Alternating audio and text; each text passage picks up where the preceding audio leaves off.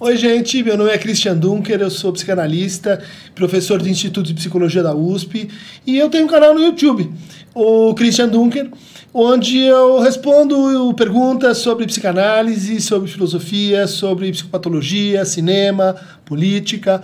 Então, convido vocês a se inscrever no meu canal e a assistir o conteúdo dele aqui no 247, o querido 247, que está nesse projeto tão importante de compartilhamento de saber e de abertura de mundos. Obrigado.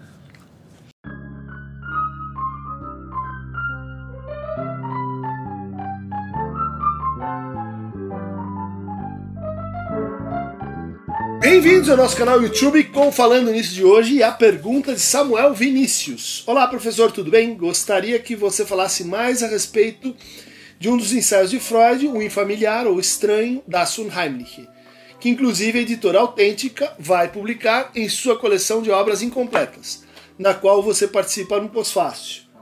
Me interessei pelo ensaio, mas gostaria de saber mais, principalmente o que traz essa nova edição da editora Autêntica. Pergunta de Samuel Vinícius. Francisco Lima Filho, olá Dunker, muito obrigado pelos vídeos. Você poderia fazer um comentário sobre o texto O Estranho? Larissa Goya Pierre, professor, penso que seria interessante se você fizesse um vídeo falando sobre o texto de Freud, O Inquietante, das Unheimlich, e a relação disso com a estética de horror na literatura e no cinema. Então são várias colocações sobre esse texto pequeno, mas muito poderoso do Freud, escrito em 1919, e que agora recebe essa nova edição da editora Autêntica, na qual eu contribuí então com um pós-fácil justamente chamado Animismo e Indeterminação em Das Unheimlich. Essa nova tradução, ela tem assim como ponto de destaque maior a escolha do título, tema, não por estranho, como a gente tem na edição Imago, não como ominoso, como a gente tem na espanhola, mas como infamiliar. E é uma decisão que o Pedro Eliodoro e o Hernani Chaves, que trabalharam bastante nesse texto, que está aqui posto em edição bilíngue, é uma escolha, vamos dizer assim, parcimoniosa, porque contraria o uso, tá, já assimilado no português, né, do estranho, mas preserva uma literalidade importante, né? Un é um prefixo negativo e Heimlich vem de Heim, quer dizer lar, né? Então unheimlich seria o não familiar. Como a gente vai ver, e o texto discute isso amplamente, existem muitas formas de negar o familiar. O estranho faz uma escolha, o desconfiado faz outra escolha, o lúgubre faz outra escolha, o estrangeiro é um outro caminho. Então, em vez de optar por uma dessas semânticas, a tradução mais literal libera o leitor para verificar em cada caso qual é de fato a oposição que a gente tem em relação ao familiar em jogo naquela parte do texto. Isso pode parecer um preciosismo, mas vamos dizer que uma vasta parte desse trabalho é justamente a análise dessa palavra, né? de difícil tradução, porque ela é de difícil semântica no próprio alemão. O texto é uma verdadeira pérola, que está localizado numa espécie de encruzilhada de três caminhos dentro da obra do Freud. Tem uma primeira parte que foi redigida antes de Totem e Tabu, isso a gente tem numa carta que o Freud escreve para o Ferenczi. Nessa primeira parte, o Freud examina a palavra Unheimlich, tenta chegar ao seu conceito, encontra uma solução provisória na figuração do Schiller, né? Quando ele diz assim, o Unheimlich, o infamiliar, é aquilo que deveria permanecer oculto, mas que vem à tona. Um segundo movimento do texto é a análise do conto do Hoffmann, justamente O Homem de Areia, que é um trabalho de horror, onde a gente tem vários recursos mais ou menos clássicos, né?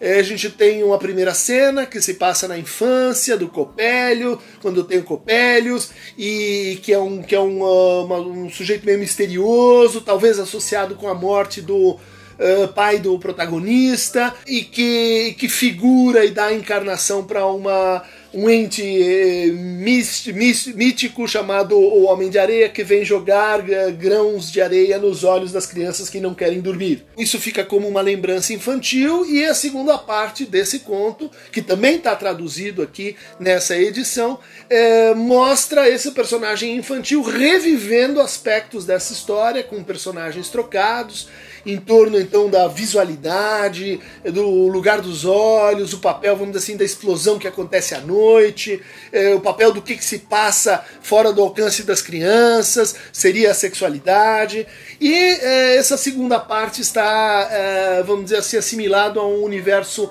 um pouco assim ficcional, ou marginal, em que esse protagonista, o Nathaniel, se apaixona por uma boneca, Olímpia, e não percebe que ela é uma boneca, e isso faz parte então da segunda parte da trama e da segunda parte do texto de Freud.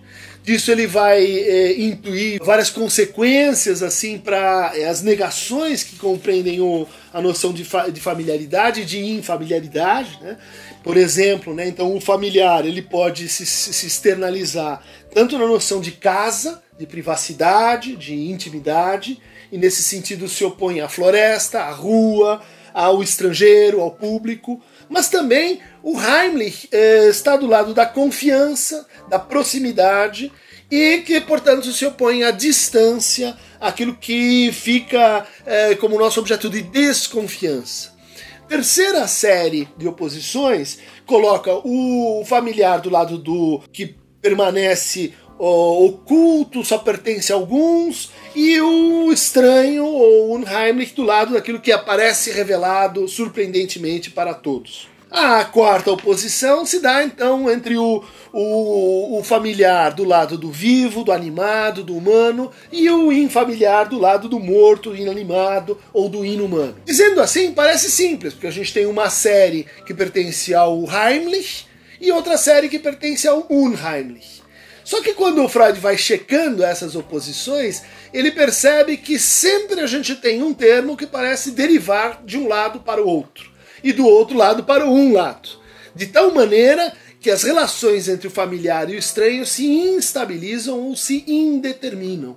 Elas não compõem uma oposição simples. E isso parece ser um motor conceitual do texto, do trabalho, e que vai levar o Freud a desenvolver a proximidade desse estranhamento com o narcisismo, num primeiro plano, e com a castração, num segundo plano. No começo do texto, ele chega a afirmar assim: essa experiência de estranhamento, de chegar num lugar e sentir que aquele lugar você já esteve nele, de que os objetos se movem, que existe encantamento nas coisas, essa experiência ela estaria ligada a um narcisismo não superado. Ela estaria ligada a fantasias que resistem à castração, de tal maneira que, à medida que o sujeito vai deixando para trás a sua neurose, deixando para trás o seu narcisismo, ele vai ficando cada vez mais imune ao Unheimlich. Ele deixa de estar assim afetável por essa condição.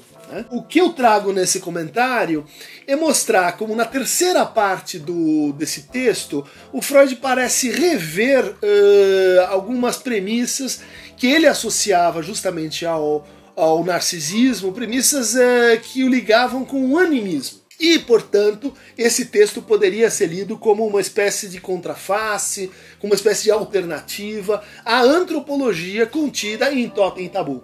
Como vocês sabem, Totem e Tabu é um texto que valoriza o totemismo como o dispositivo antropológico de base para os nossos processos de subjetivação. Então, a civilização nasce de um parricídio, esse parricídio envolve o assassinato do pai, o pai é assassinado, ele é engolido, ele é identificado pelos filhos a partir de um canibalismo que se reatualiza nos banquetes totêmicos e que funda a lei. Uma das consequências do totemismo na psicanálise é colocar justamente a identidade à frente da diferença. Porque, do ponto de vista totemista, a gente sempre sabe quem é. A gente sempre sabe qual é a nossa clã. qual é a nossa linhagem, qual é a nossa parentalidade. E as experiências de estranhamento, elas viriam justamente por um déficit na simbolização ou na assimilação dessa identidade primeira que estabelece nós de um lado e eles do outro. Esse texto, ele caminha nessa direção que de fato Freud parece herdar do Augusto Comte, que existem assim 3 momentos do pensamento. O primeiro momento seria o animista, o mágico animista, o segundo o totemista, ou religioso, no sentido das religiões monoteístas, e o terceiro momento do pensamento, que seria o momento científico.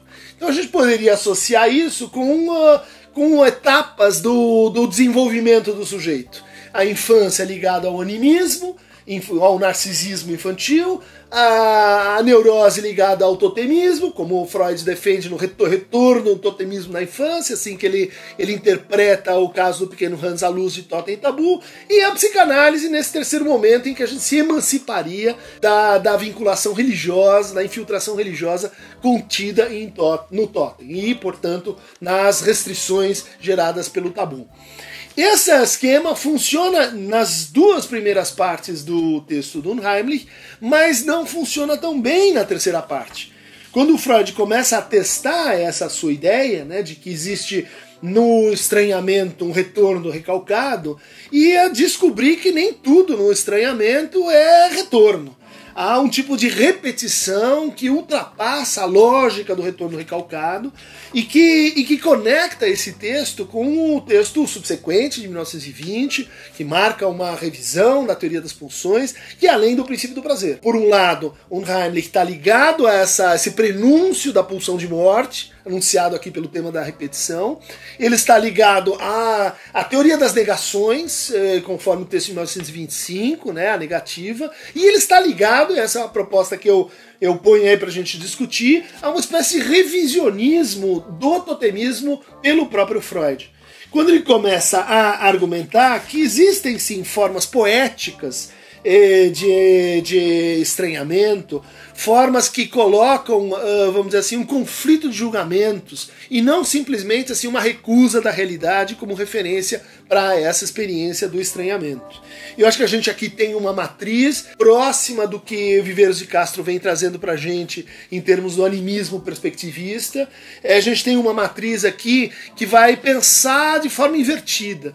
Ou seja, a identidade não é primária. Pode ser que a identidade não seja primária. Pode ser, ao contrário do que defende Freud nesse texto, pelo menos nas 2 primeiras partes, que a nossa experiência primeira não seja o familiar e depois vem o estrangeiro, mas também uma primariedade da nossa experiência de estranhamento, de autoestranhamento, de não saber quem somos, de não saber a quem pertencemos, enquanto clã, enquanto linhagem. E é exatamente isso que o Freud vai argumentar, por exemplo, quando ele diz em Moisés e a religião monoteísta, que Moisés, teoricamente fundador da religião judaica, ele não era judeu, ele era egípcio. Ou seja, o mesmo argumento, né, só que em chave mais assim aí teológica, que estou pretendendo assim convidar vocês a encontrar aqui, principalmente na parte final do texto das Unheimliche, que a gente então comentou aqui. Quem quiser, a tradução muito interessante, Hernani e Pedro Eleodoro estão de parabéns, Gilson Iannini na condução aqui desse 8º volume das obras incompletas de Sigmund Freud, que eu recomendo vocês fortemente. Então, quem quiser receber mais fragmentos de estranhamento, de horror, de poéticas da não-identidade, clique aqui no Aqueronta Movebo. E aqueles que quiserem criticar o meu cabelo, que está um pouco estranho, eu recomendo, vá tirar satisfação com a Kemi, minha querida cabeleireira lá na Alameda Arapanés, que cuida da minha cabeça como ninguém e que inventou essa Unheimlich na minha cabeça. Por hoje é só.